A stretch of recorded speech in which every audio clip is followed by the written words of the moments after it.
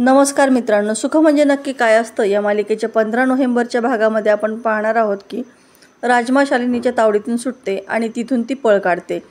शालिनी देखील तिच्या पाठोपाठ तिला शोधत येत असते।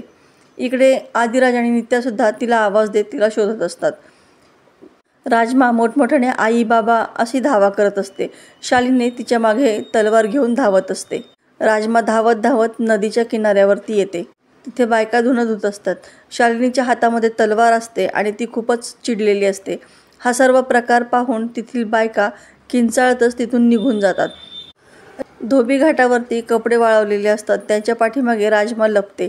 शालिनी म्हणते की मला माहिती आहे तू इथंच कुठेतरी लपलेली आहे आणि पुन्हा चांदोमामा भागलास का असं गाणं म्हणू लागते।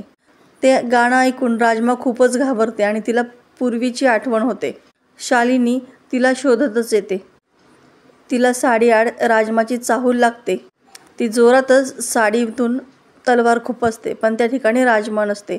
शालिनी म्हणते की कुठं आहेस तू, तुझी लाडकी मामी आली बघ असं म्हणून ती तिला शोधू लागते आणि दुसऱ्या क्षणाला राजमा तिच्या तावडीमध्ये सापडते। शालिनी प्रचंड चिडलेली असते आणि म्हणते की आता इथून कायमची निघून जा असं म्हणून ती तलवार उगारणार। तितक्यात आदिराज नित्या देखील तिथं पोहोचलेले असतात। ते शालिनीपर्यंत पोहोचणार तोपर्यंत शालिनीने तलवार राजमाच्या अंगावरती उगारलेली देखील असते, पण तितक्यात एक हात येतो आणि शालिनीला अडवतो। शालिनी धक्क्यानेच त्या व्यक्तीकडे पाहते आणि तू असं आश्चर्यानेच विचारते।